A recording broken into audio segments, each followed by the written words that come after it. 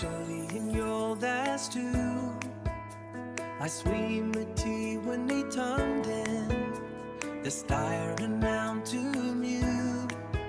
And can lend a pole that sunk he died. Before calculating the tax on an eligible dividend, the first step is to identify the dividend correctly and find the amount on the appropriate tax slip. Eligible dividends are generally paid by large Canadian corporations that have already paid corporate income tax at the general corporate tax rate. Because the corporation has already paid tax on its profits, the Canadian tax system provides a gross-up and dividend tax credit mechanism for shareholders who receive eligible dividends.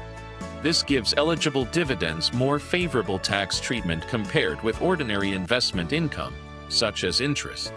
Now let's look at where the eligible dividend information appears.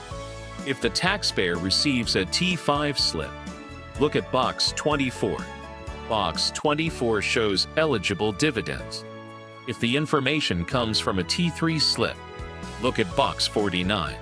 This identifies eligible dividends from Canadian corporations.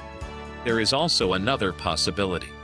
If the taxpayer receives a T5013 slip, eligible dividend income is shown in Box 50. So, when reviewing a taxpayer's documents, remember these three locations: T5, Box 24, T3, Box 49, and T5013, Box 50.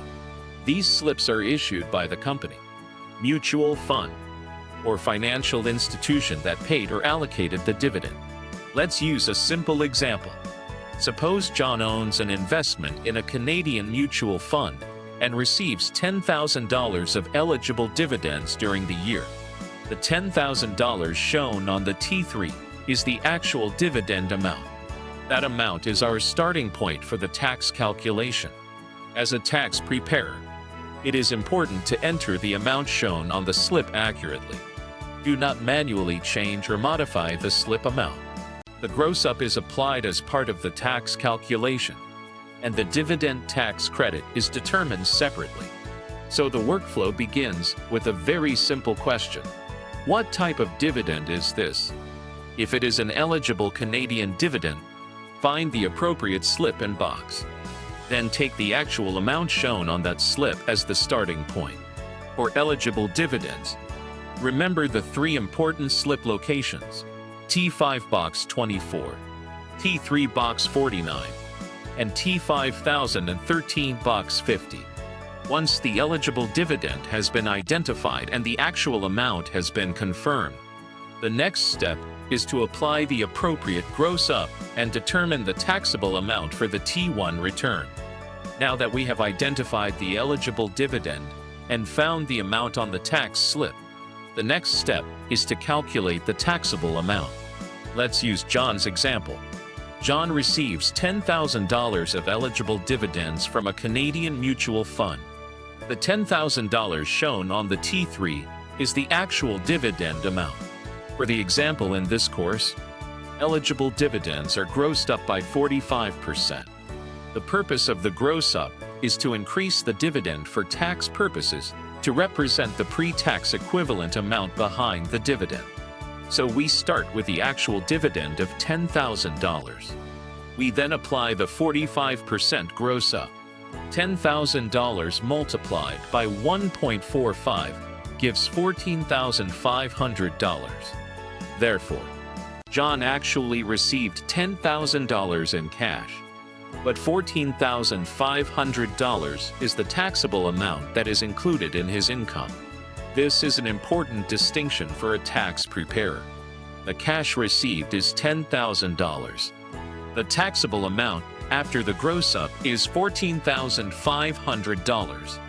The grossed-up amount is then reported on the T1 general return on line 12,000, which is the line for the taxable amount of dividends. So the calculation can be remembered as a simple three-step flow. Start with the actual eligible dividend. Apply the applicable gross-up. Then report the resulting taxable amount on line 12,000. In John's case, That means $10,000 becomes $14,500 for tax reporting purposes. Now, it is important to understand that the gross up does not mean John simply has to pay personal tax on an extra $4,500 with no adjustment. The Canadian dividend system also provides a dividend tax credit. The gross up and the dividend tax credit work together as part of the system for integrating corporate and personal taxation. One important reminder is that tax rates are not necessarily the same for every tax year. The 45% gross up shown here is the rate used in the course example. When preparing an actual tax return, always use the gross up rate applicable to the specific tax year being prepared. So remember the key calculation: $10,000 of actual eligible dividends. Add the 45% gross up of $4,500. That gives $14,500 of taxable eligible dividends. And that $14,500 is reported on line 12,000. The next step is to calculate the dividend tax credit, which helps reduce the tax payable on this dividend income. Now that we have calculated the grossed up amount of the eligible dividend, we can complete the tax reporting process by looking at the dividend tax credit. Let's continue with John's example. John received $10,000 of eligible dividends. Using the 45% gross up from the course example, the taxable amount becomes $14,500. That $14,500 is reported on the T1 return on line 12,000 as the taxable amount of dividends. But there is another important part of the Canadian dividend system. John may also receive a dividend tax credit. The dividend tax credit helps offset the tax effect of the gross up. For the course example, the federal dividend tax credit rate is approximately 15.02%. So we take the grossed up amount of $14,500 and apply the 15.02% federal dividend tax credit rate. This produces a federal dividend tax credit of approximately $2,178. The important point is that this credit reduces John's tax payable. It does not reduce the $14,500 of taxable income. This distinction is extremely important. A deduction reduces taxable income. A tax credit reduces tax payable.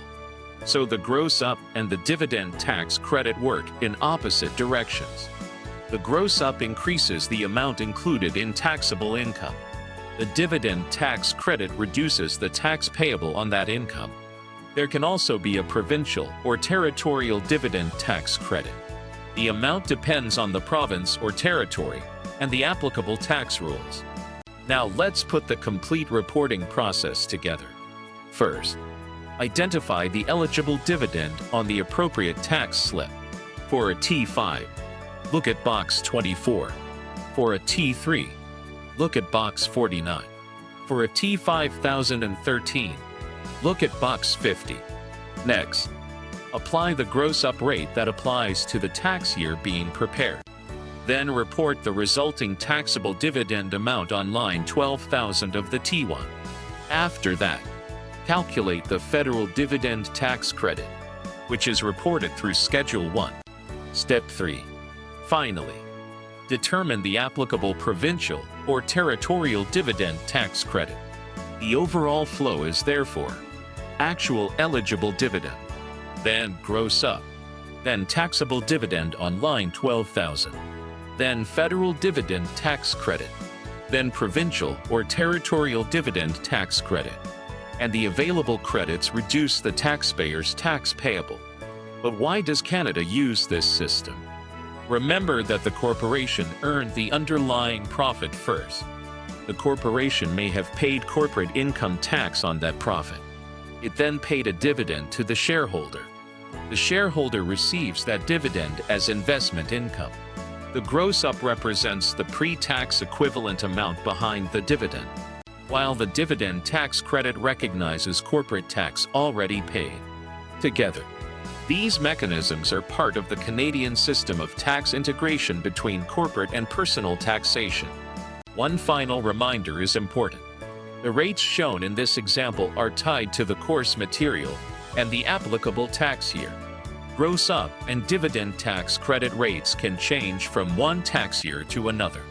So, when preparing an actual return, always use the rates that apply to that specific tax year.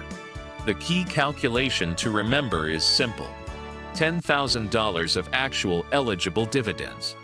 A 45% gross up produces $14,500 of taxable income. An approximate federal dividend tax credit of $2,178 is then available in the course example, along with the applicable provincial or territorial credit. The gross up increases taxable income, while the dividend tax credit reduces tax payable. That is the basic reporting framework for eligible dividend income.